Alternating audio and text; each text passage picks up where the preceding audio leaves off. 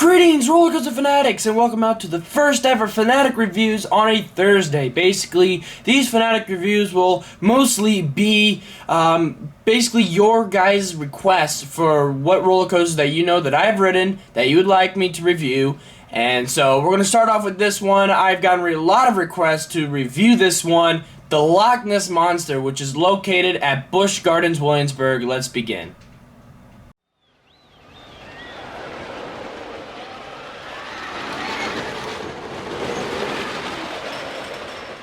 So the Loch Ness Monster is themed to basically the Loch Ness Monster itself. There's a lot of theming on a rescue mission or a team that's been trying to crack down this mysterious beast that's been occurring in these lakes in the Skyland area, because this is in the Skyland area, so it's themed to the Loch Ness Monster that has been discovered in these locations. And you mainly see this through the extended queue. If they have the extended queue up, they'll have weird bubble sounds going on. They have a lot of submarine things, there's actually a tent with like cotton knit with a blanket, there's a radio, lots and lots of theming in the extended queue. So if you don't get in the extended queue, you won't see as much theming as you would if you did. So that is the unfortunate part. But other than that, you can really see that there's a detail of theming about finding this beast. And I will say, this coaster definitely lives up to the Loch Ness Monster, and I'll kind of dive into that a little bit later.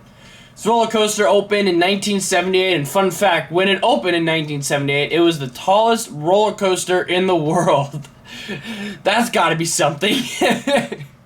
It was manufactured by Aerodynamics, who the engineer at the time was the famous Ron Toomer, who was a big engineer with Aerodynamics and also helped design the Magnum XL 200, which is located at Cedar Point.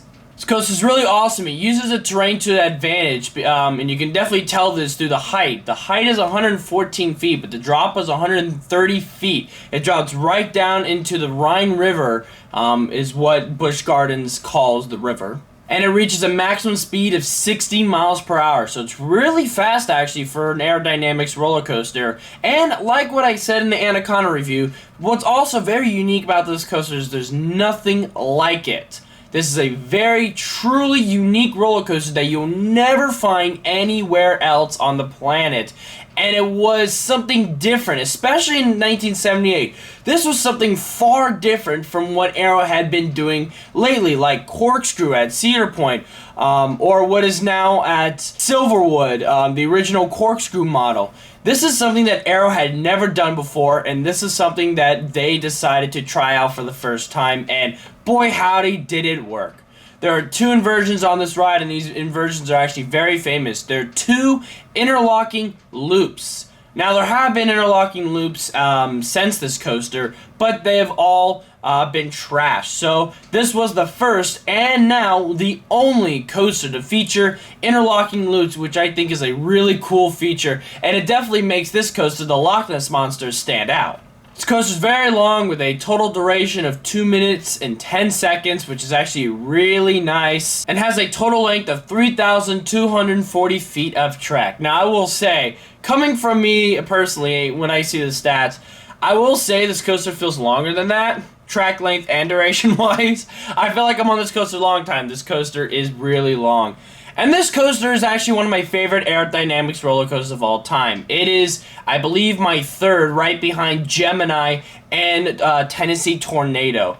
It is a classic roller coaster. Something to compare this to when it is the Beast. And it's nowhere near as good as the Beast, but what I mean is it just winds around the terrain. There's a lot of parts actually that you can't see of this roller coaster because there's a certain section of it that's kind of hidden, per se, with around the trees. And it's just really cool to see this very terrainy coaster, and that's what I meant by this definitely lives up to Loch Ness Monster. It's very twisty, elongated, and it's just got that feeling and vibe, and the color scheme actually really works for that too. When I think of the Loch Ness Monster, the color scheme that goes along with this is something that I would kind of compare that to. So of course you start off with this nice little pre-drop out of the station, you make a small little left turn, then do a right turn around towards the chain lift, and I will say this is like the longest chain lift hill ever. Oh my gosh, you're on there for a long time. And it's kind of cool, but some people can get annoyed with it because it takes forever to get up to the top.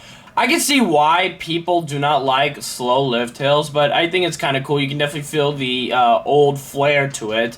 Then you get up to the top, do once again a typical aerodynamics pre-drop, do a small little right turn, and then you get into the drop. And let me say, the drop feels steeper than it actually is. The vertical angle on that, it's only 55 degrees, but it feels steeper than that, and that has to do with the restraints. I will say these aero restraints work for this coaster, because you really do feel like that drop is just going to make you fling right out of the train. It is so cool, and it is one of my favorite aero drops. I think it is to this day the best aerodynamics drop I've ever been on. It is so cool. You drop, then you then after the drop you do a left-hand turnaround.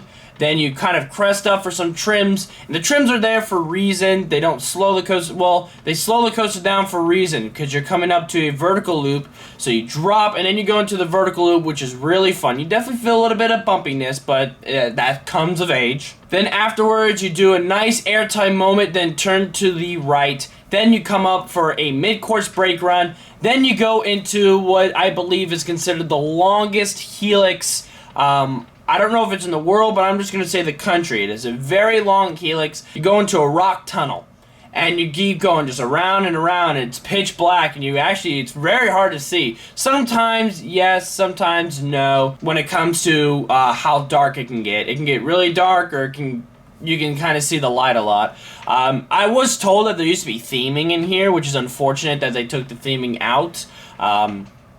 But still, the tunnel's really cool. Afterwards, you kind of do a nice little airtime moment as you come into some more trims so that you can go up on the second lift hill. Second lift hill is significantly shorter than the first. So you do, once again, another small little aero pre-drop, do a right turn again, then you go into the final drop, which sends you into the vertical loop. Then afterwards, you'll get your photo taken, you kind of crest up, then you bank, actually, to the right, and then end out in the final trim brakes. And that is the ride.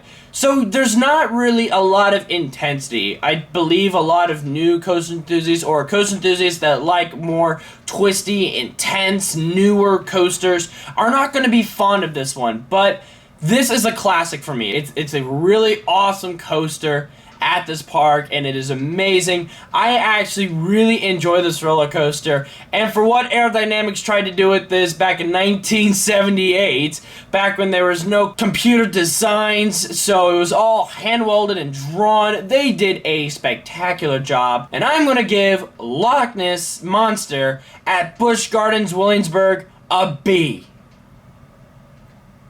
I think it definitely deserves that grade. Yes, I will say, even for my taste, even though it's a great classic, it does have some slow spots to it. But it is a fun roller coaster, and Aerodynamics did a great job with this roller coaster. So thank y'all for watching this Fanatic reviews. Make sure to check out other Fanatic reviews that I have done. And make sure, if you have a roller coaster that you know that I have ridden, that you would like me to review, put it down in the comments below. And as always, roller coaster fanatics, keep coasting.